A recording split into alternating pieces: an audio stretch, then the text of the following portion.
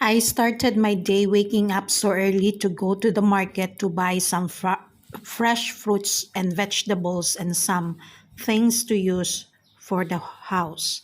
And this is it. The fresh fruits that I prepared already in the table looks so fresh and nice. And as well, after the marketing, I just prepare our breakfast for this morning. This is our breakfast that I prepared and cooked. A very well balanced breakfast for today.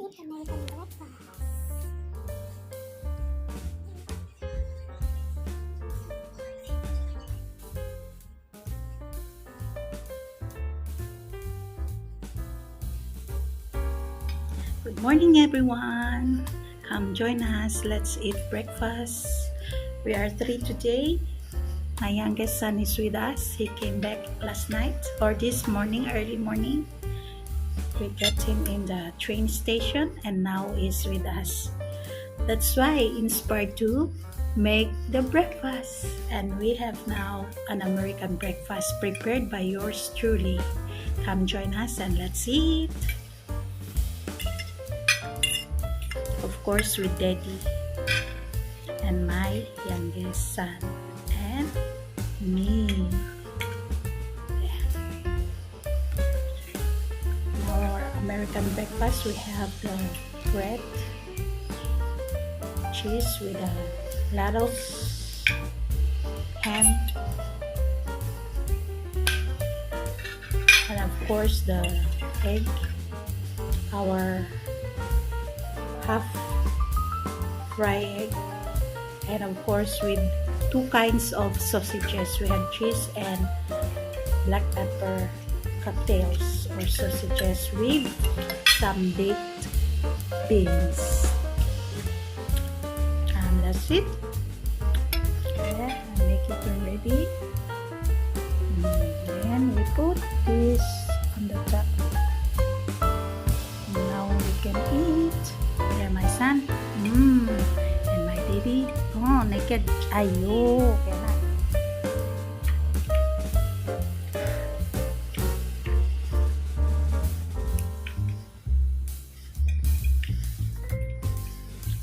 And of course with our coffee. Yum yum.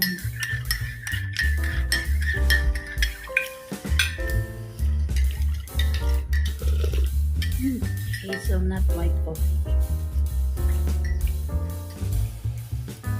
Okay, now I really very small. One bite only. Last time, at least the cocktail half of the original size, the long one. Now 1/4 only, I think. Have cheese in it. Black pepper flavor. Both yummy. Okay.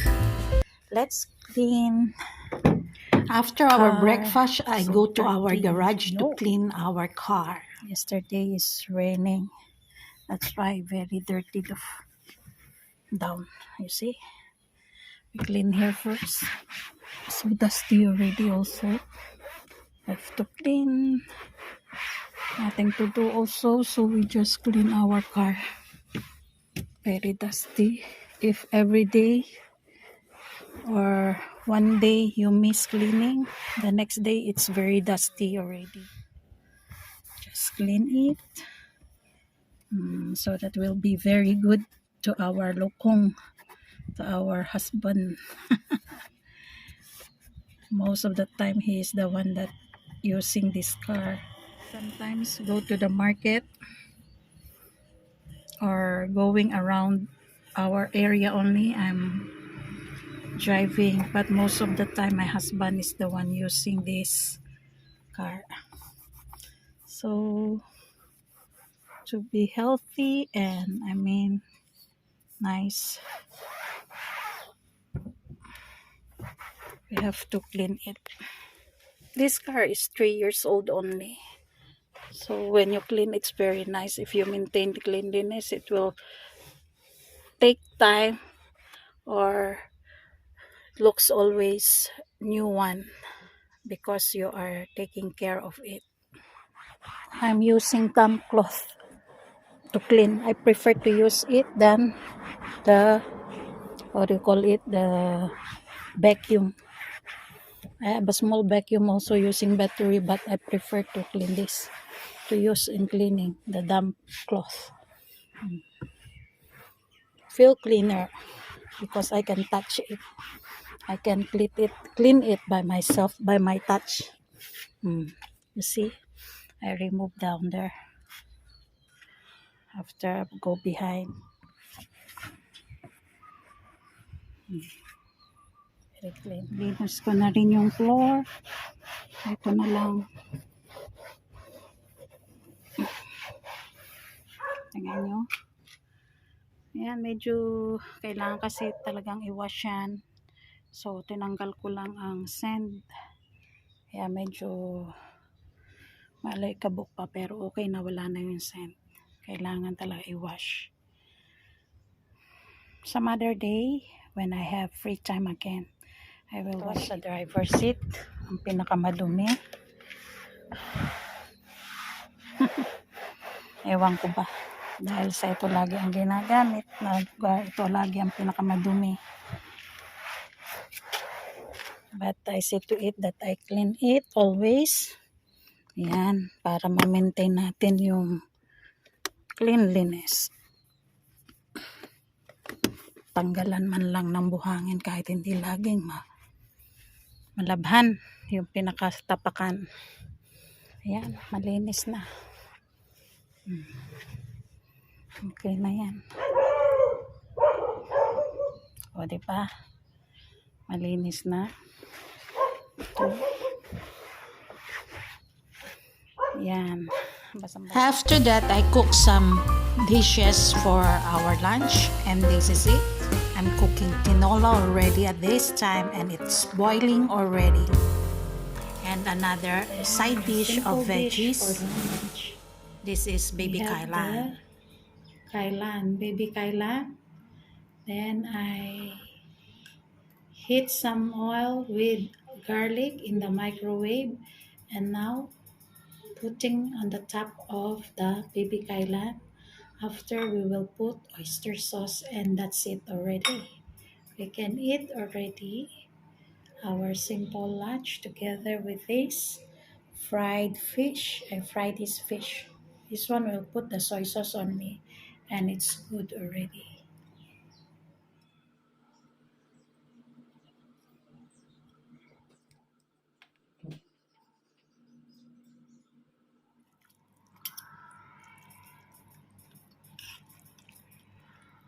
They're mixing up. Time to eat. So that will mix up the taste with the oyster sauce and hot oil with garlic. Okay, can already.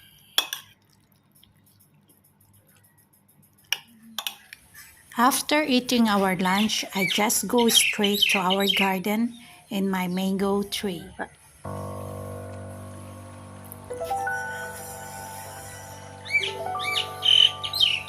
Ayan. Walang masyadong bunga sa taas. Iilan. Dito sa baba ang marami. Ito nga, kalapit lang sa akin kamay. Ready na to eh. Oh. Sarap sa bago. Mamaya, manguha ako. Tingnan ko nga ito. Yan oh, walang masyadong bunga sa taas. Kakonti.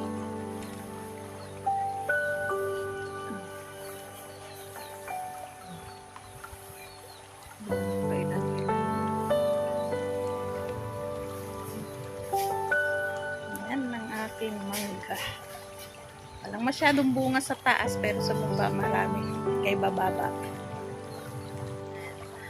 Ang sarap tumambay dito sa aking garden, sa aking unahan.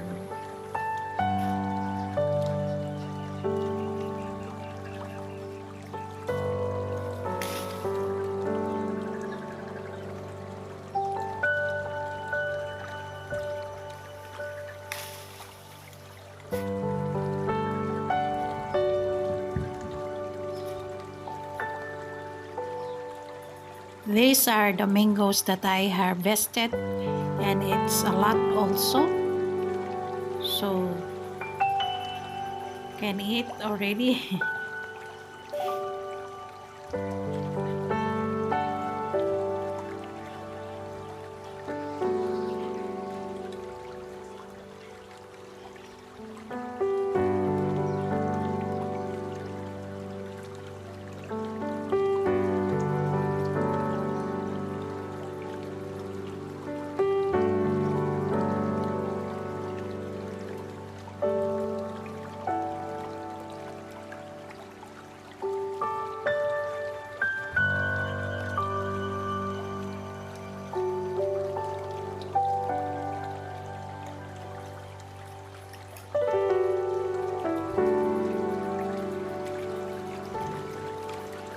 This is rojak sauce. Here in Malaysia, we're using not bagoong. Here, rojak. This is having sambal belacan inside with some chili. That's why spicy, and some plum sugar. Sorry, not very plum nice. Sugar. It's a palm sugar. Have prawns, smell of the prawns, because the sambal belacan is made of anchovies. There, then we put some, how do you call it, grind peanuts or ground peanuts. There, we can add other fruits just like the sengkuang or the singkamas, the pepino or the cucumber, or other fruits just like the other kinds of mango, and we can eat it like this, and it's very nice. This one, 3 pieces of Indian mangoes that I get from our tree, fresh mangoes. So yummy. Let's see.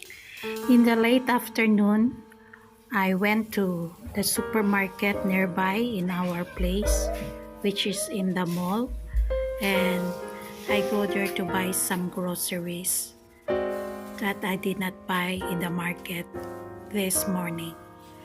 So I just waited for my husband to come out from his work, and when he arrives, we just go and proceed. And this is the last thing that I do for my day in my life.